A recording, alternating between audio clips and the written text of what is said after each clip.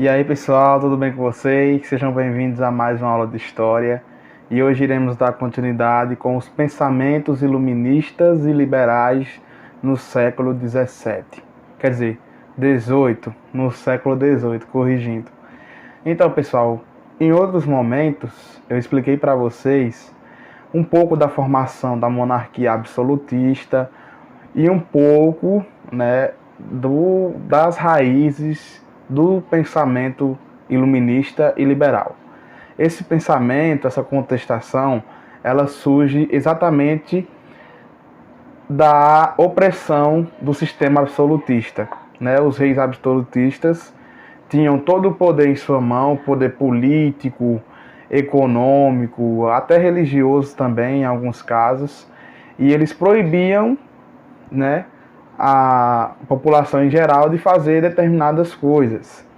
Também o pessoal não tinha muita liberdade, tanto liberdade econômica como política e como religiosa. Então, o pensamento iluminista ele surge para contestar, e criticar o sistema absolutista. Obviamente que esse sistema ele vai ganhar muita força na França, porque lá na França o absolutismo de fato era terrível. Então esse pensamento surge exatamente na França.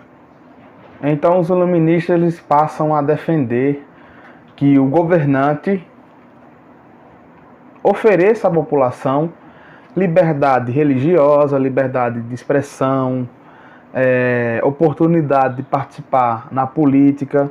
Tudo isso os iluministas estavam querendo que os absolutistas fizessem. Obviamente que isso não deu certo.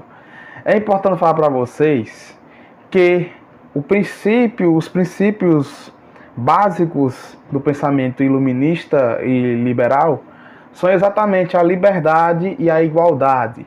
Liberdade de quê? Liberdade de expressão, tanto a expressão de você emitir, na verdade, emitir a sua opinião, e a liberdade de você escolher a sua própria religião. Então era um dos princípios que está dentro exatamente da liberdade. Outro princípio que está dentro da liberdade é a liberdade econômica, de você poder fazer o que você quiser com suas habilidades individuais ou coletivas. Que não era bem assim. Vocês lembram que a sociedade era estamental, então não tinha essa mobilidade social. Apesar que a burguesia era uma classe que tinha muita grana, tinha muito dinheiro, mas não tinha participação política.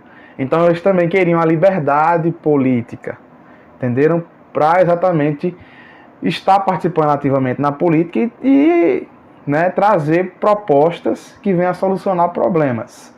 Então esses 3 pontos que eu falei agora para vocês estão dentro exatamente do princípio da liberdade.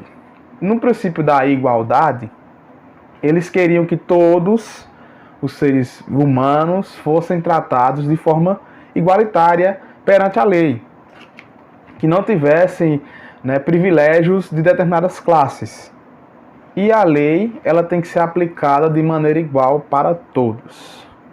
Então, lembrando, são 2 princípios básicos do pensamento iluminista e liberal, que são exatamente a igualdade, que dentro da igualdade está exatamente todo mundo ser tratado de forma igualitária perante a lei, as leis serem aplicadas de forma igualitária, sem privilégios para qualquer classe. E temos o outro princípio, que é o princípio de liberdade. Liberdade de culto a qualquer religião, liberdade política de poder escolher, poder propor soluções na política, e liberdade econômica. Então isso aí já está bem fácil para vocês. E agora eu vou falar para vocês os principais pensadores iluministas, exatamente no século XVIII. Nós temos aí a figura do Montesquieu, o cara escreveu diversos livros, é um grande pensador da época, escritor. Ele rasga elogios à monarquia parlamentar inglesa. Por quê?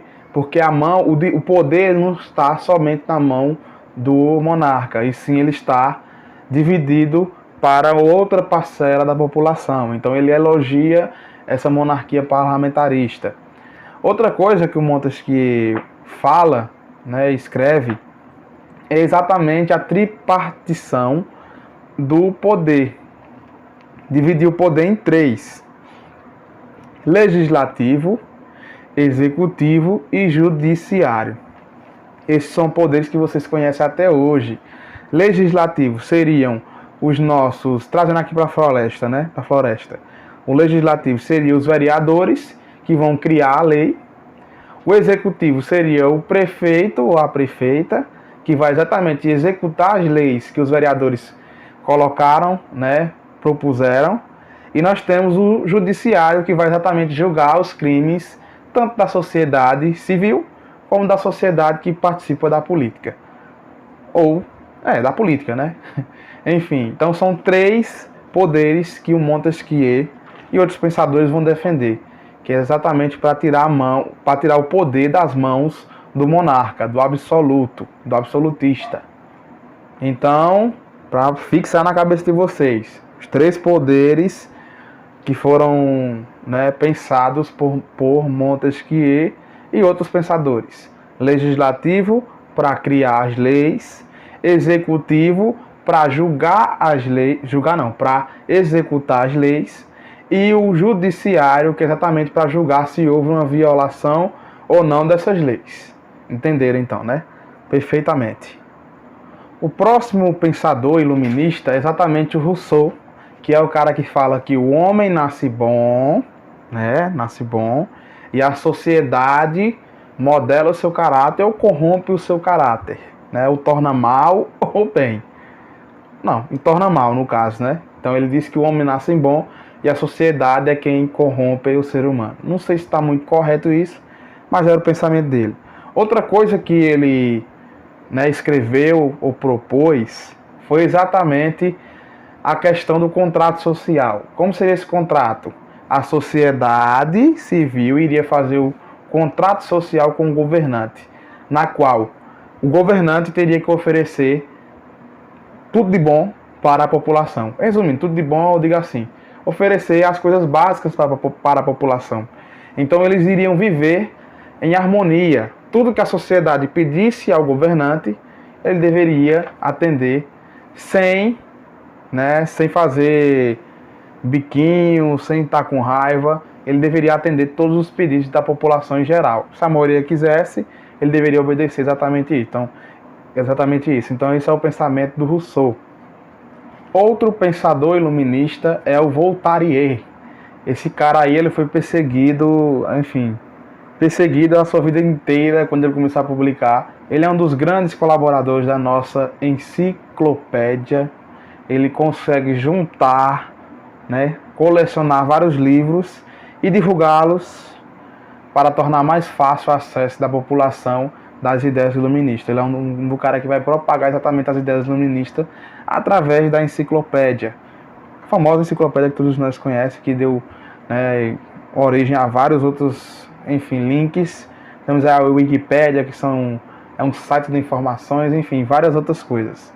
Então esse cara é o cara que vai exatamente propor também a liberdade de expressão religiosa, né, de você poder escolher a sua religião e você poder expressar a sua religião sem ser condenado ou sem ser preso, ou sem ser perseguido, morto, Esse era o pensamento do Voltaire. Uma coisa que é importante falar sobre o Voltaire é que ele não defendia o fim da monarquia, pelo contrário, ele era a favor da monarquia. Só que a monarquia pudesse oferecer exatamente esse pensamento que ele tinha, né, que ele escreveu e divulgou, né, que a monarquia poderia continuar um sistema monárquico, porém dando assistência à população, que não poderia ter toda essa mazelas que existia exatamente no sistema absolutista. Então Voltaire, ele defende isso. Os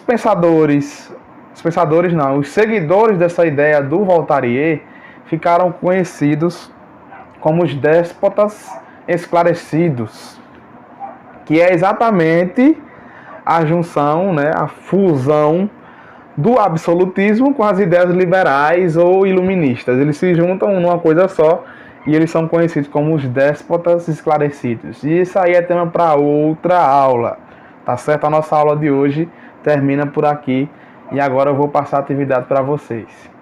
A nossa atividade de hoje será exatamente qual a importância das ideias iluministas para o mundo e quais suas principais contribuições. Qual é a importância das ideias iluministas para o mundo e quais são as suas contribuições? Vocês vão responder isso para mim, vão me mandar no WhatsApp, ou se você está presente na aula, você vai me mandar, ou vai me mostrar o seu caderno, tá certo? De longe, né, obviamente, né? Seguindo exatamente as regras de distanciamento social. Então, pessoal, essa foi a nossa aula de hoje. Eu espero que vocês tenham gostado e até a próxima semana. E até a próxima aula.